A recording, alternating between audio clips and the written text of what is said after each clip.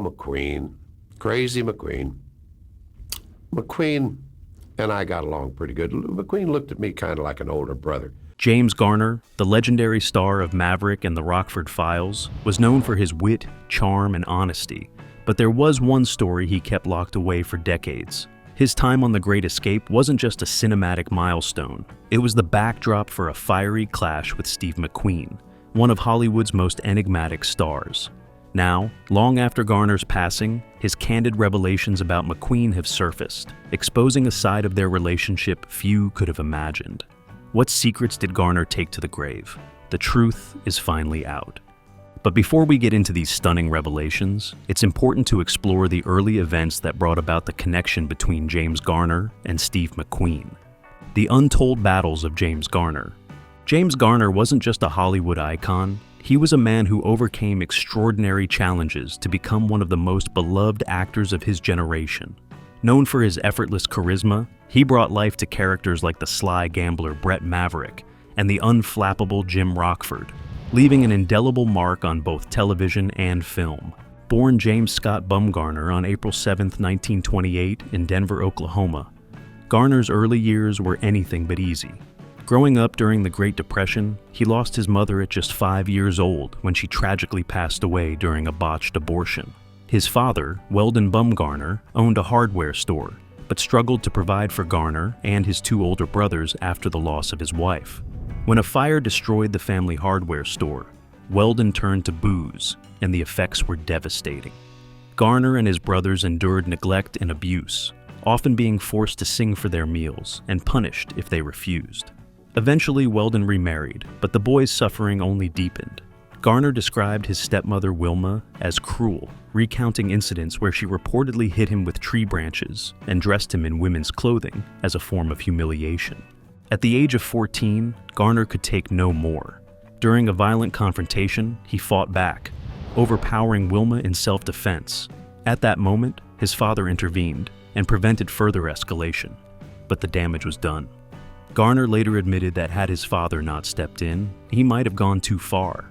Not long after, Weldon abandoned the family altogether, leaving James and his brothers to fend for themselves. Despite his chaotic upbringing, Garner's resilience carried him forward.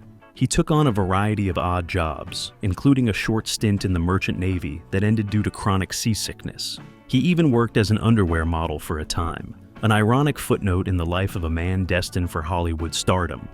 In 1950, Garner was drafted into the U.S. Army and deployed to Korea with the 5th Regimental Combat Team of the 24th Division. His time in the Korean War was grueling. Just 2 days after arriving, he was injured by shrapnel from a mortar attack, and months later, he was wounded again, this time by friendly fire.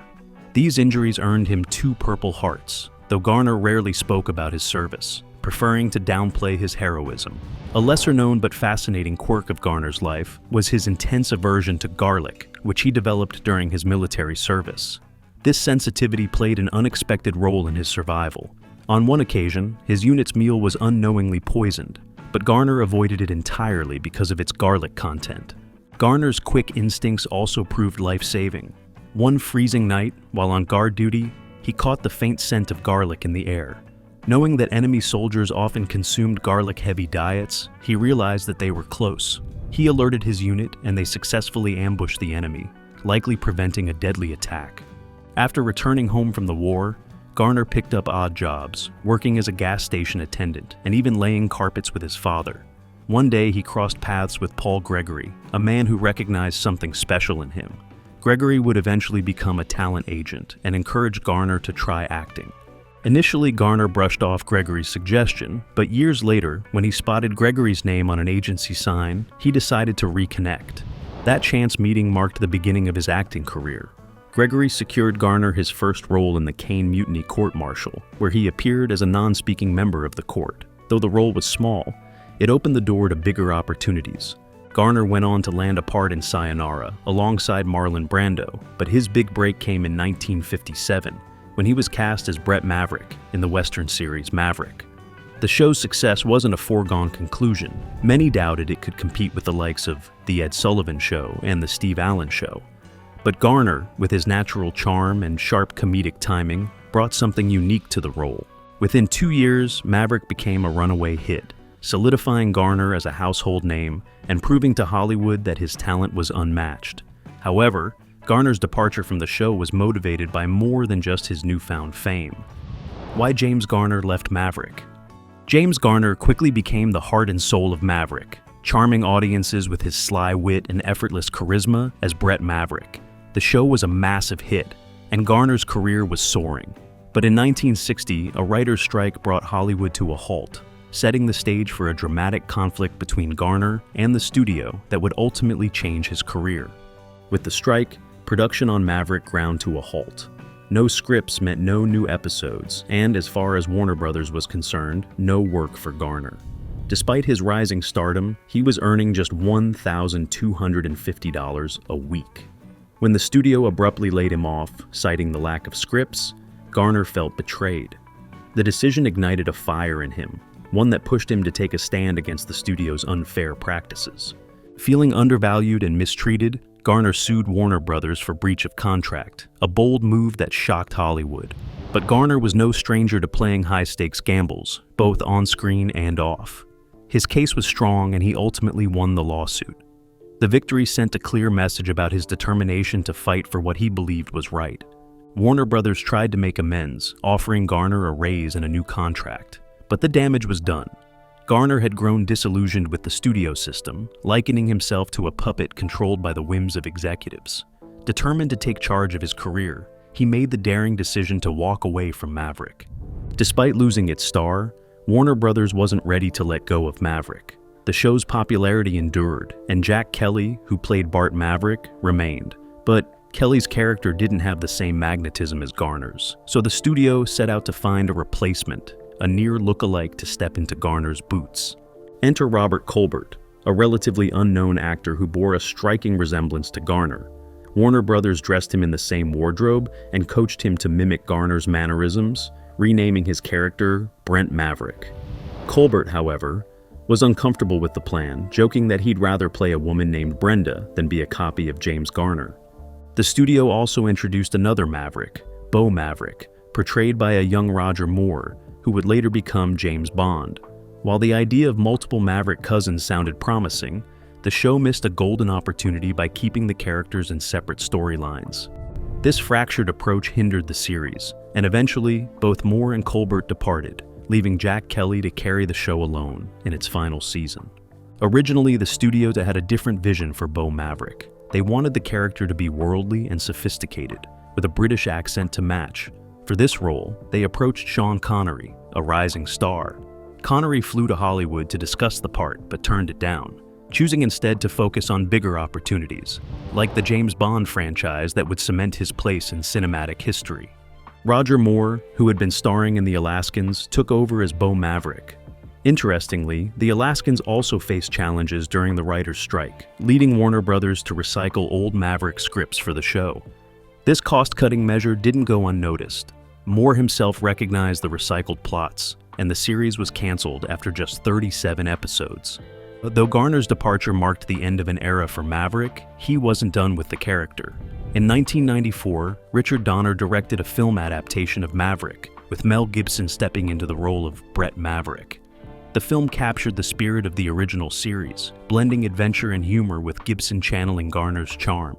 Fittingly, James Garner joined the cast as Marshall Zane Cooper, a role that would take on greater significance by the film's end.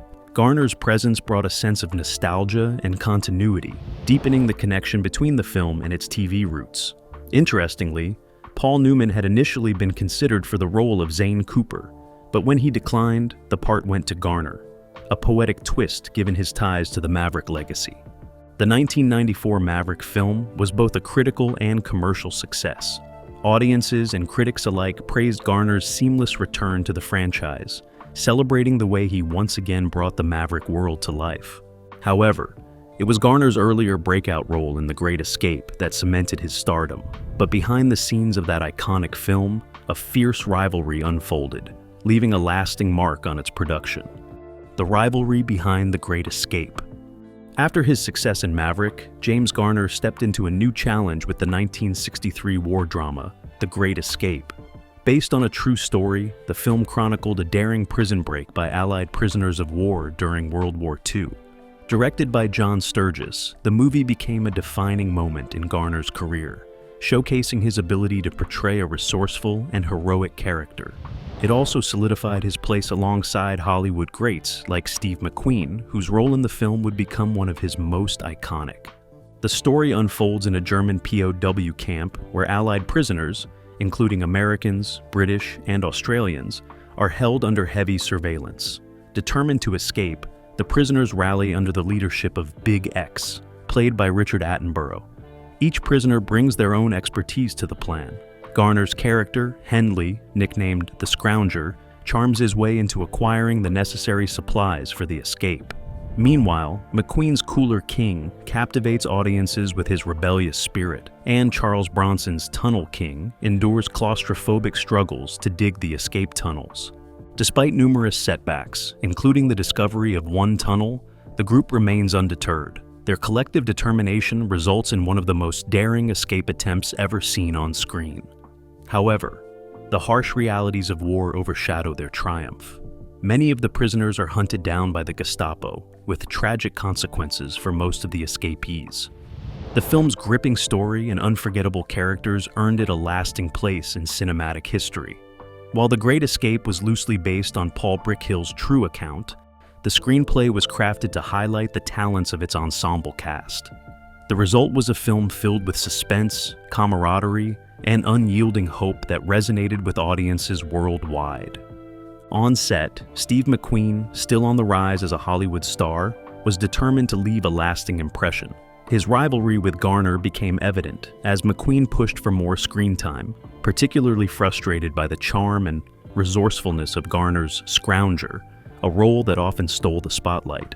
Tensions grew between McQueen and the director, John Sturges, as McQueen demanded changes to make his character more prominent.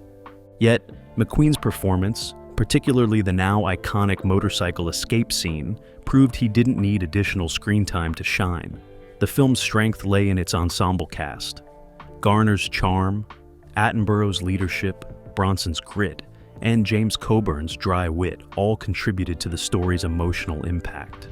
When the film debuted in 1963, it received a mix of critical reactions. Some, like the New York Times' Bosley Crowther, dismissed the film as overly mechanical and lacking emotional depth. Others, including Time magazine, praised its realistic depiction of the German setting, the well-paced narrative, and its impeccable casting. Despite its divisive reviews, The Great Escape went on to become a timeless classic, beloved by audiences and celebrated for its thrilling story of bravery and sacrifice. But what did James Garner really think of Steve McQueen's on-set behavior? James Garner finally breaks silence on Steve McQueen. Hollywood has always been a hub of glitz, glamour, and inevitably, drama. From the golden age of cinema to the present day, rivalries and feuds between stars have captivated fans and fueled countless headlines. Fueled by jealousy, ego, and competition, these conflicts often reveal the human side of larger-than-life personalities. James Garner, known for his charm, easygoing nature, and professionalism, wasn't entirely immune to Hollywood feuds. Though he generally maintained positive relationships with his colleagues, his feelings towards Steve McQueen were notably less amicable. Despite working together on the iconic film The Great Escape, their relationship was marked by tension and clashing personalities. On the surface, the two seemed friendly during filming, but McQueen's aloof and often eccentric behavior created distance between them. McQueen, preferring solitude, stayed in a private chalet and arrived on set in a Rolls-Royce, adding to the divide. Garner, ever the straight shooter, later expressed his candid opinion of McQueen in his 2011 memoir, The Garner Files. He described McQueen as a pain in the ass, comparing his behavior to Marlon Brando's unpredictability. Garner went further, suggesting that McQueen was more of a movie star than a true actor, relying on a carefully cultivated persona rather than depth and versatility. He believed this approach limited McQueen's potential as a performer.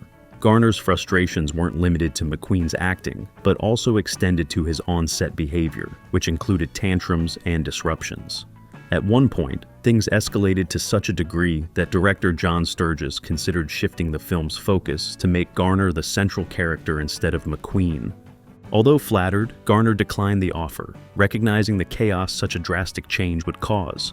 Instead, he addressed McQueen directly, learning that McQueen was unhappy with his character, feeling it lacked heroism and excitement. Sturges reportedly added motorcycle stunt scenes and revised the character to make it more dynamic, a change many believe worked in McQueen's favor. Still, Garner saw McQueen's demands as unnecessary and self-serving, leaving a lasting impression of his co-star's difficult nature. In the Garner Files, Garner shared deeply personal and honest anecdotes about his career and relationships, offering an unfiltered glimpse into his life in Hollywood. Alongside his reflections on McQueen, he criticized movie mogul Jack Warner as one of the rudest men he'd ever met, and called out Charlton Heston for his stiff acting style. However, it was his relationship with McQueen that garnered particular attention. Garner described McQueen as insecure, prone to jealousy, and at times difficult to deal with.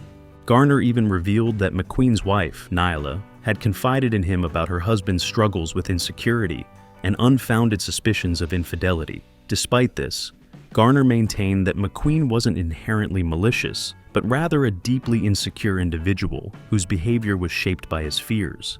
Garner often saw himself as a mentor to McQueen, much like an older brother, but McQueen's insecurities sometimes strained their relationship. In one instance, McQueen falsely accused Garner of being unfaithful to Niall, a claim Garner dismissed as baseless and a product of McQueen's anxieties. The memoir also sheds light on Garner's interactions with another Great Escape co-star, Charles Bronson. Garner's experience with Bronson was far less positive. He described Bronson as bitter and belligerent, recounting an uncomfortable incident during a poker game at his home. Bronson, refusing to honor a bet, attempted to withhold winnings from a struggling Hollywood extra. Garner, always one to stand up for what he believed was right, insisted Bronson pay up, resulting in a heated argument that nearly turned physical. Although the immediate tension was resolved, the bad blood between the two lingered. Even years later, during a chance meeting at a restaurant, neither man could let go of their past grievances. Both acknowledged their lingering resentment, a reminder that some Hollywood feuds leave scars that never fully heal.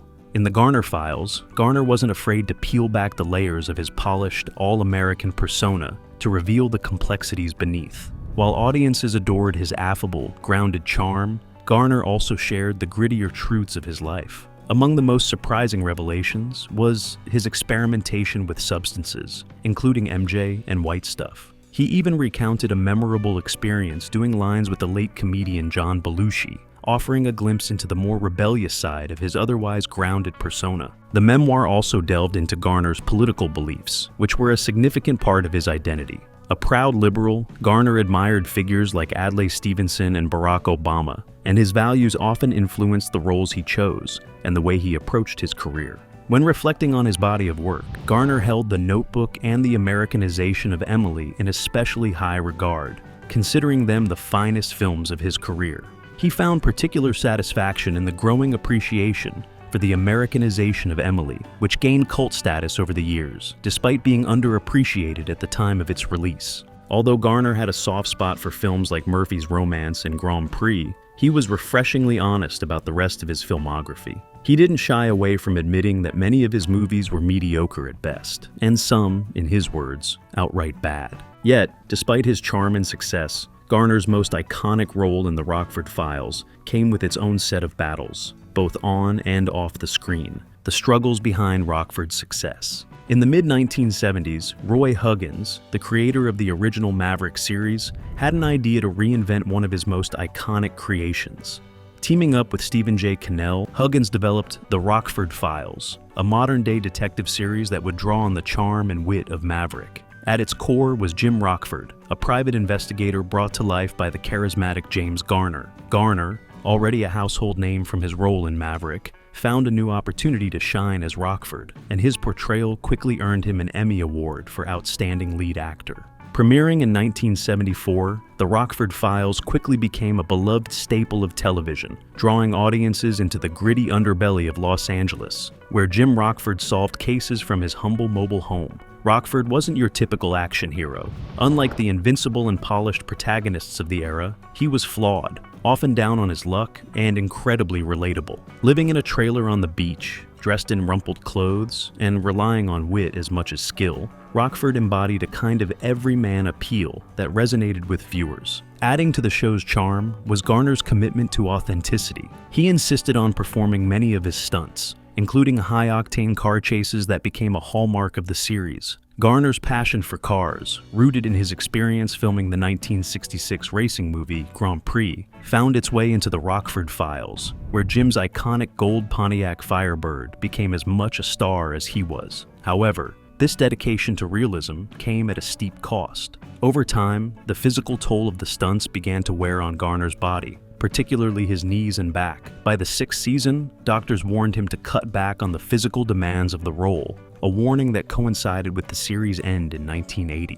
The decision to conclude the Rockford Files wasn't just about Garner's health. The show's production costs were notoriously high, thanks to its frequent action sequences, expensive location shoots, and recurring damage to the Pontiac Firebird. Maintaining the car, often damaged during stunts, required regular repairs and replacements. Even smaller details, like Jim Rockford's memorable personalized license plate 853 OKG, added to the production's meticulous attention to detail and its expenses. Guest stars, who became more prominent in later seasons, also drove up costs. Despite its challenges, the show thrived on the strength of its writing and creativity. A highlight of each episode was Rockford's answering machine message, a clever, often humorous gag that became a signature of the series. As the show progressed, coming up with new and inventive messages became a challenge for the writers. To keep things fresh, the production team opened up the process to the entire NBC building, inviting employees to submit ideas.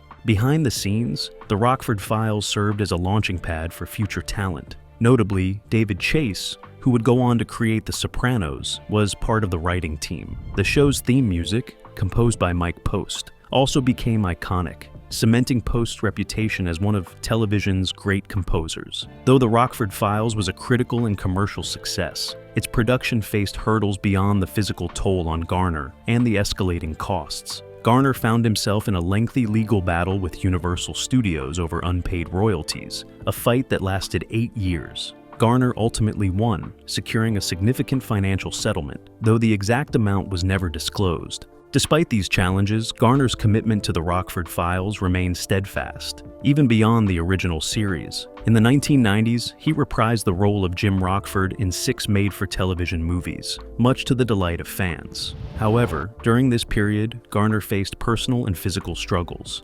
including major heart surgery, which underscored the toll his long career had taken on him. The show's legacy also extended to attempts at spin-offs and reboots, though these projects never quite captured the magic of the original. In 1977, NBC tried to develop a spin-off called Gabby and Gandy, featuring Isaac Hayes and Louis Gossett Jr. as a dynamic detective duo. A backdoor pilot for the series aired as an episode of The Rockford Files titled Just Another Polish Wedding, failed to generate the anticipated buzz, and the project was shelved. Another spin-off attempt centered on the character Richie Brockelman, played by Dennis Dugan. While the character made his debut in a TV movie, Richie Brockelman, The Missing 24 Hours, and later appeared in The Rockford Files, his standalone series, Richie Brockelman, Private Eye, lasted only 6 episodes. In 2010, fans of The Rockford Files were thrilled to hear about plans for a reboot. Dermot Mulroney, known for his work in Roma, the project involved well-known producers, including Steve Carell and David Shore, best known for creating House. Alan Tudyk and Beau Bridges were cast in supporting roles, further raising expectations for the reboot. However, the pilot failed to capture the spirit of the original series. Critics pointed to lackluster direction by Michael Watkins and an underwhelming portrayal of Rockford by Mulroney. Dawn Perouse, known for her work on Prison Break, attempted to salvage the pilot through extensive re-editing, but her efforts weren't enough to convince NBC executives. The reboot was ultimately shelved, leaving fans disappointed but still hopeful for a successful revival in the future. However, behind the effortless charm and charisma of Jim Rockford, James Garner carried hidden struggles that told a very different story. James Garner's hidden struggles revealed. James Garner was more than just a gifted actor. He was a cherished icon of Hollywood. Known for his charming portrayals of characters like Brett Maverick and Jim Rockford, he captured the hearts of audiences with his wit, warmth, and authenticity. Off-screen, he earned respect not only for his professionalism, but also for his enduring marriage to Lois Clark, a rarity in Hollywood. Unlike many of his peers, Garner maintained a stable and loving relationship throughout his life, a testament to his grounded nature. James Garner reportedly faced significant health challenges later in life. A series of issues, including a debilitating stroke, gradually slowed down his once vibrant career. His dedication to performing his stunts, particularly during his years on the Rockford Files, left him with numerous injuries that required multiple surgeries on his back and knees. These physical demands compounded over time, forcing him to step back from the grueling pace of his prime years. Garner spoke candidly about the cascading impact of his injuries, describing how one health issue often led to another. Chronic sinus infections, heart surgery in 1988, and the lingering effects of a 2008 stroke further complicated his condition.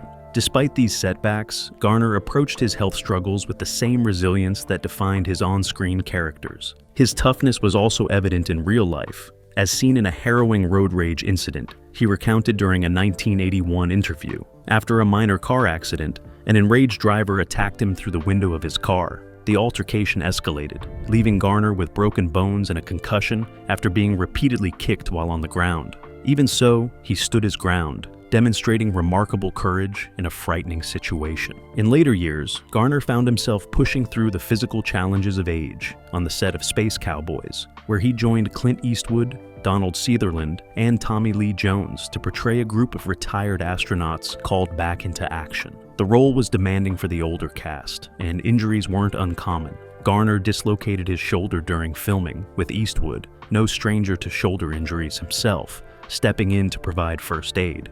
Yet, Garner brushed off the incident, insisting it was simply a clumsy accident and not a reflection of his age. The film's most memorable moment of vulnerability, however, wasn't physical, but comedic. In one scene, the four actors exposed their bare backsides to the camera, a lighthearted reminder of the passage of time that even Hollywood's legends couldn't escape. James Garner's health continued to decline after his stroke in 2008, and on July 19, 2014, he passed away at the age of 86. The cause of death was determined to be a heart attack. Thank you for watching. If you enjoyed it, please like, subscribe, comment, and turn on post notifications to stay updated with our latest content.